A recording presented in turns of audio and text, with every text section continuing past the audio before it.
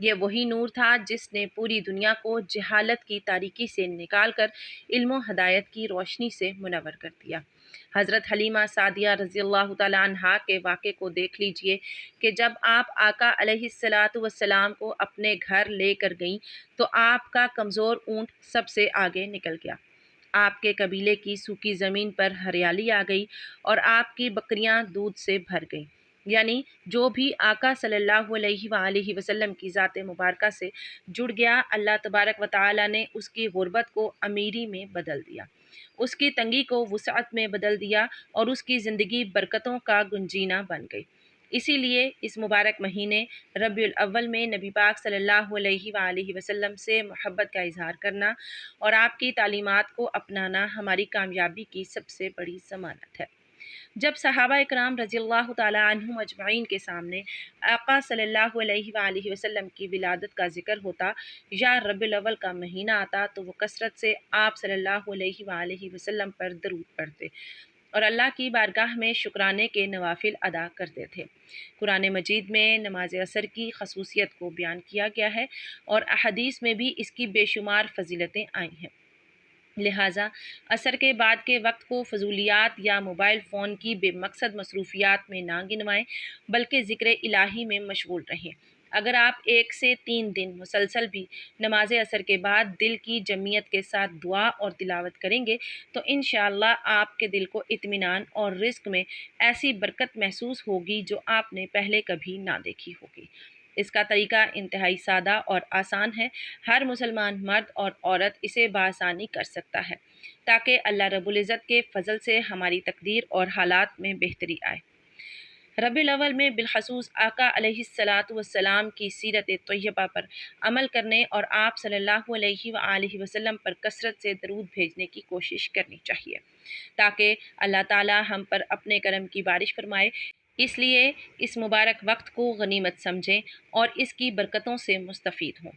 احادیث مبارکہ میں بھی فجر اور عصر کے بعد ذکر الہی میں مشغول رہنے والوں کی بڑی فضیلت بیان کی گئی ہے کہ اللہ کے نزدیک ایسے ذاکرین کا مقام انتہائی بلند اور معزز ہے۔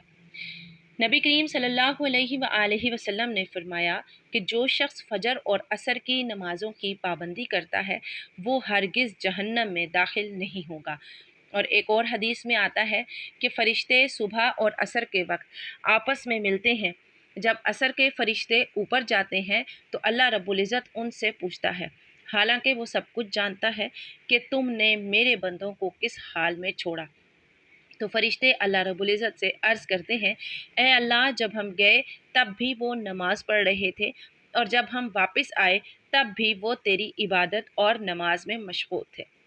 محترم ناظرین، ذرا سوچیں کہ یہ کتنی بڑی سعادت ہے کہ فرشتوں کی زبان سے اللہ رب العزت کی بارگاہ میں ہمارا ذکر خیر ہو رہا ہو۔ اس لیے آپ نے نماز عصر کی ادائیگی کے بعد وہیں قبلہ رخ بیٹھ کر سب سے پہلے باوضو حالت میں اپنے دل کو اللہ رب العزت کی طرف متوجہ کرنا ہے اور اپنے تمام گناہوں کی معافی مانگ کر اپنی حلال روزی، صحت اور تمام جائز حاجات کے لیے اللہ رب العزت کی بارگاہ میں عاجزی اور انکساری سے دعا کرنی ہے۔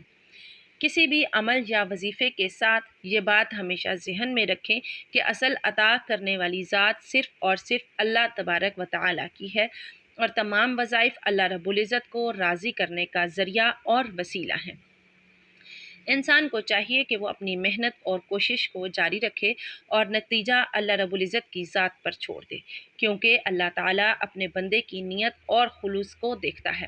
جب بندہ سچے دل سے اللہ رب العزت کی طرف رجوع کرتا ہے تو اللہ رب العزت اس کے گناہوں کو معاف فرما کر اس کی دعا کو قبولیت کا درجہ عطا فرماتا ہے۔ احادیث میں آتا ہے کہ سورج نکلنے اور غروب ہونے سے پہلے یعنی فجر اور عصر کی نمازوں کی پابندی کرنے والا شخص جہنم کی آگ سے محفوظ رہتا ہے اور قیامت کے دن اسے اللہ رب العزت کے فضل و کرم کا سایہ نصیب ہوگا۔ عصر کی نماز کا چھوٹ جانا احادیث کے مطابق بڑے نقصان کا باعث ہے۔ حضرت ابن عمر رضی اللہ تعالیٰ عنہما سے روایت ہے کہ نبی کریم صلی اللہ علیہ وآلہ وسلم نے فرمایا، جس کی عصر کی نماز فوت ہو گئی گویا اس کا اہل و عیال اور مال و دولت سب کچھ لٹ گیا۔ اس حدیث سے اندازہ لگایا جا سکتا ہے کہ عصر کی نماز کی قضا ہونا کتنا بڑا روحانی اور مالی نقصان ہے۔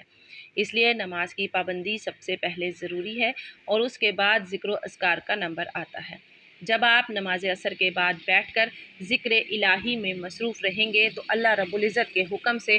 آپ کا ذہن اور دل ہر قسم کے وساوس اور پریشانیوں سے پاک ہو جائے گا اور زندگی میں حقیقی سکون اور اطمینان حاصل ہوگا۔ آج کے دور میں ہر شخص کسی نہ کسی پریشانی یا رزق کی تنگی کا سامنا کر رہا ہے۔ کوئی بیماری کی وجہ سے پریشان ہے تو کوئی قرض کے بوجھ تلے دبا ہوا ہے، کوئی اولاد کی نافرمانی سے نالاں ہے تو کوئی روزگار کے نہ ملنے سے مایوس ہے۔ لیکن ان تمام مسائل کا حل صرف اور صرف اللہ رب العزت کی طرف رجوع کرنے، توبہ کرنے اور استغفار کرنے، نمازوں کی پابندی کرنے اور محنت اور حلال روزی کمانے میں ہے۔ جب بندہ اللہ رب العزت پر کامل یقین رکھ کر اس کے احکامات پر عمل کرتا ہے اور ربیع الاول کے اس مبارک مہینے میں آقا صلی اللہ علیہ وآلہ وسلم کی سنن اور اخلاق کو اپنے گھر اور زندگی میں نافذ کرتا ہے تو اللہ تبارک و تعالی اس کے لیے بند راستے بھی کھول دیتا ہے اور وہاں سے روزی دیتا ہے جہاں اس کا وہم و گمان بھی نہیں ہوتا۔ ربیع الاول وہ عظیم الشان مہینہ ہے جس میں کائنات کے سب سے بڑے محسن سید الانبیاء حضرت محمد مصطفیٰ صلی اللہ علیہ وآلہ وسلم اس دنیا میں تشریف لائے۔ آپ صلی اللہ علیہ وآلہ وسلم کی آمد تمام انسانوں کے لیے ہدایت، رحمت اور رحمت للعالمین بن کر ہوئی۔ آپ صلی اللہ علیہ وآلہ وسلم نے دنیا سے مظلوموں پر مظالم کا خاتمہ کیا، عورتوں کو عزت و احترام کا مقام دیا، یتیموں اور مسکینوں کے سر پر ہاتھ رکھا اور پوری انسانیت کو بھائی چارے اور محبت کا درس دیا۔ اس مہینے میں ہمیں چاہیے کہ ہم آپ کی سیرت طیبہ کا گہرا مطالعہ کریں، آپ صلی اللہ علیہ وآلہ وسلم کی تعلیمات کو اپنی عملی زندگی کا حصہ بنائیں، غریبوں اور محتاجوں کی بڑھ چڑھ کر مدد کریں اور زیادہ سے زیادہ درود شریف کا اہتمام کریں، کیونکہ جو شخص نبی کریم صلی اللہ علیہ وآلہ وسلم پر ایک بار درود بھیجتا ہے اللہ تعالیٰ اس پر 10 رحمتیں نازل فرماتا ہے، اس کے 10 گناہ معاف فرماتا ہے اور اس کے 10 درجات بلند فرماتا ہے۔ یہی درود شریف ہماری دعاؤں کی قبولیت کی سب سے بڑی چابی ہے اور قیامت کے خوفناک دن میں یہی درود بندے کے لیے شفاعت مصطفیٰ صلی اللہ علیہ وآلہ وسلم اور حوض کوثر سے سیراب ہونے کا سب سے بڑا ذریعہ بنے گا۔ اب ذرا پوری توجہ اور دھیان کے ساتھ وہ خاص تسبیح اور قرآنی آیات کا مسنون طریقہ سن لیجئے جو آپ نے نماز عصر کے بعد وہیں مسند عبادت پر بیٹھ کر پڑھنی ہے۔ نماز عصر کے بعد جب آپ سلام پھیریں تو وہیں بیٹھ کر سب سے پہلے تعوذ اور تسمیہ یعنی اعوذ باللہ من الشیطان الرجیم اور بسم اللہ الرحمن الرحیم پڑھ کر اللہ سے اپنی مشکلات کے حل کے لیے گڑ گڑا کر 3 بار عاجزانہ دعا مانگے کہ اے ہمارے پروردگار، ہماری تمام مشکلات کو آسان فرما، ہماری بیماریوں کو شفائے کاملہ عطا فرما، ہمارے روزگار میں حلال اور بابرکت اضافہ فرما اور ہمیں ہر قسم کے قرض اور پریشانی سے خلاصی عطا فرما۔ اس کے بعد آپ آقا دو عالم صلی اللہ علیہ وآلہ وسلم کی بارگاہ اقدس میں درود ابراہیمی پیش کریں جو کہ تمام درودوں میں سب سے افضل اور بابرکت ہے۔